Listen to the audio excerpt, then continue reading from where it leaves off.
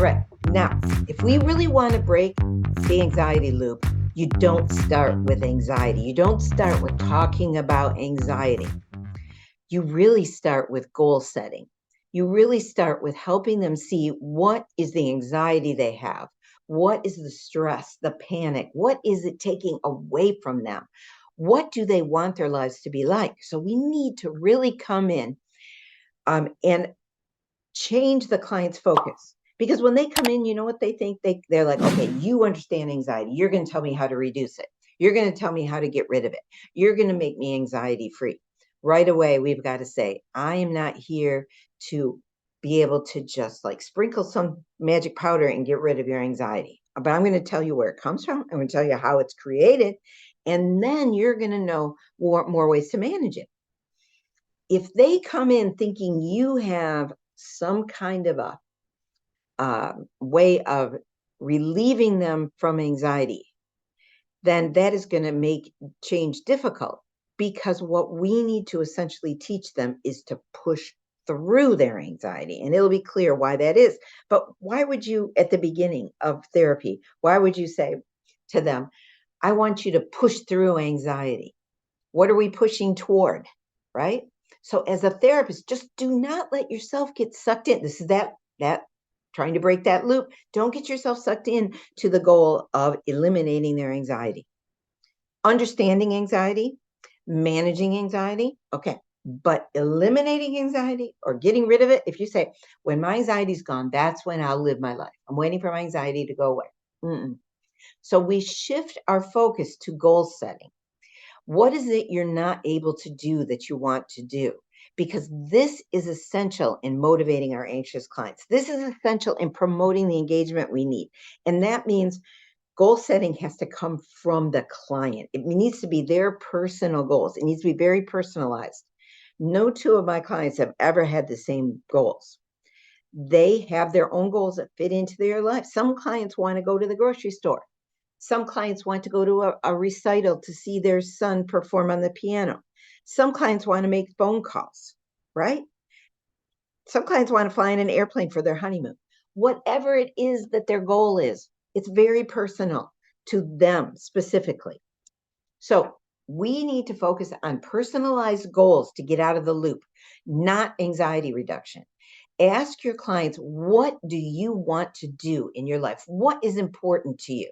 Some person says, it's not important to me to ride with my sister to the grocery store or to the mall. I don't care. Then why would we work on it then? You know, someone says, I'm afraid of riding on trains and I have trouble riding on the bus. And I say, do you need to ride on trains? And they say, no. Do you need to ride on a bus? Yeah, it would be a lot easier if I could. Okay, let's think about riding them. That is something that can make your life better. That's what we want to work on. Ridding our clients of anxiety is not necessary for them to have life satisfaction. For example, do you have no anxiety in your life? And can you still work toward your goals and have satisfaction in life? Anxiety is part of being human. But if we start to think, when does anxiety interfere with your ability to live the life you want, right? We're shifting, instead of talking about, we got to get rid of this anxiety, to say, if it weren't for my anxiety, I could do presentations in front of a bunch of people. You know, if it weren't for my anxiety, I could go door to door and sell things. But I can't do that with my anxiety, right? And then we say, well, do you want to go to door to sell things? You know? Okay, so how do you draw out client goals? You notice right away, I am not talking about the amygdala right now. I am going to listen to my clients. That is the essential way to begin. And first of all, just identify how your clients label their anxiety. Do they talk about stress? Do they talk about fear? Do they talk about panic? Try to use the words that they use. Do they say they're overwhelmed? Do they talk about worry? You know, what do they say? Tune into the words they're using to describe their emotional experiences and try to use their terminology, especially at first. And I want to say, especially men are not wanting to talk about fear sometimes. Sometimes they're talking about getting furious about something, like they just want to just leave the situation or punch someone, or guess what? Fight or flight response. That's the amygdala, but they may not describe it as anxiety. So tune into what they say. Some people just talk about rage, I just feel rage. And you know what? That's the fight or flight response. It's the fight response. So we need to tune into how they are experiencing things in their life. So we want to talk about, how is this interfering with your life? So the person says, when my boss starts giving me orders and telling me what I did wrong and that I have to redo this, I'm just ready to get in their face and punch them. I'm just feeling all this stress and I don't even want to be at work. I just want to get the hell out of there. Then you say, okay. And you're thinking to yourself, there's the amygdala there, trying to rescue them from this situation by fighting or fleeing, right? So we really need to be clear, first of all, just tuning into what's going on in our lives. More helpful to say, what are you trying to do that's hard for you to get accomplished? Where are you feeling you're blocked in some way? So you look for activities and opportunities that they relate to things that they care about, things that are blocked for them. What does the client want to be doing? Now, notice how we are completely out of the anxiety loop right now. We're not asking anxiety's permission to do anything. We're looking at goals without anxiety weighing in. We're just saying, well, if you had no anxiety, take it out of the picture, what would you want to accomplish? And the evidence shows so much agreement on goals and tasks. And I want to tell you, I pulled this slide.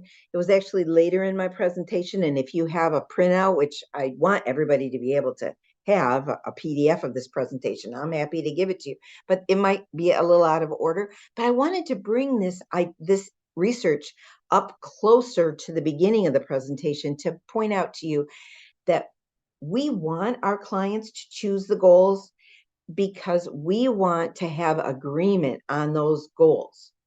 And what I'm saying here is, one of the best ways to predict a good outcome in therapy, to have a client say, I'm really pleased with the outcome of therapy, is if you're working on the goals they want to work on, right?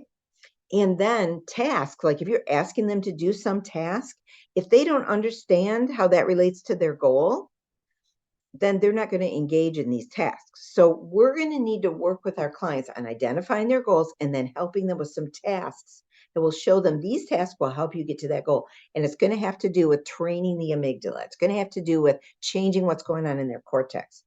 But that's not the only thing that's important, is agreeing on the goals with our clients. And the best way to, by the way, best way to get an agreement with your client is to just follow their lead. If they have a certain goal, you might think it's more important to go to the grocery store, but they think it's more important to go to the piano recital.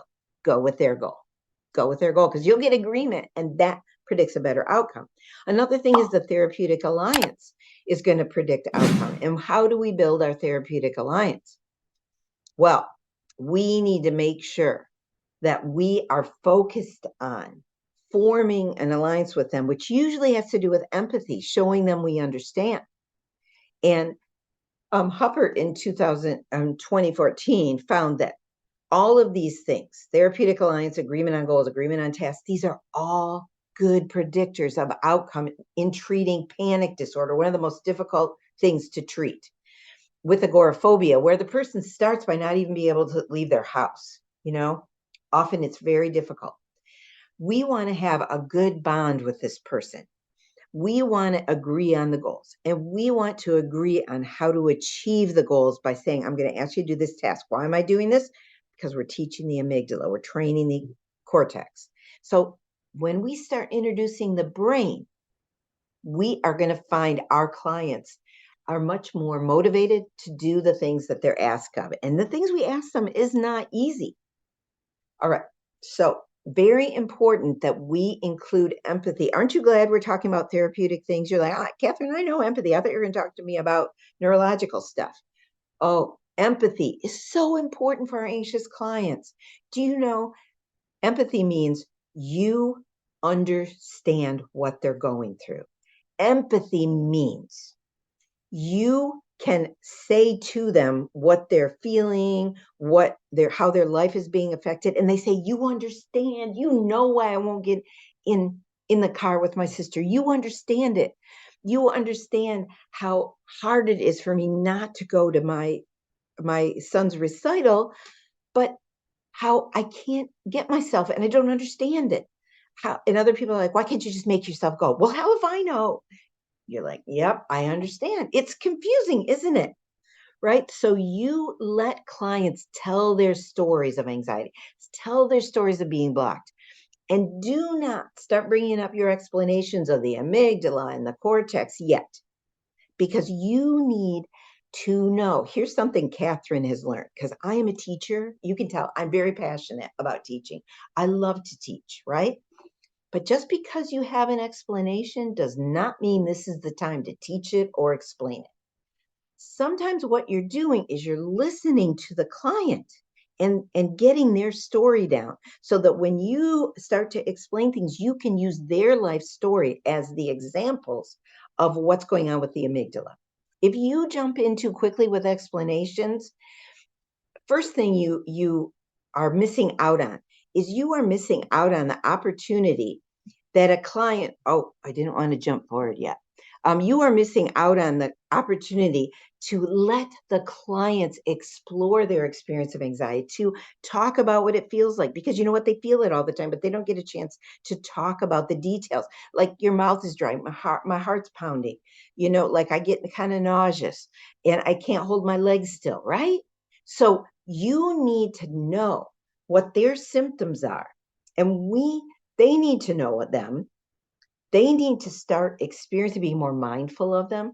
And we need to be able to take those experiences they're having and use them for our neuroscience explanations we're going to give, relating our explanations to their experience, not our lives. If I start talking about my life, who cares? They need to feel like I'm explaining their life.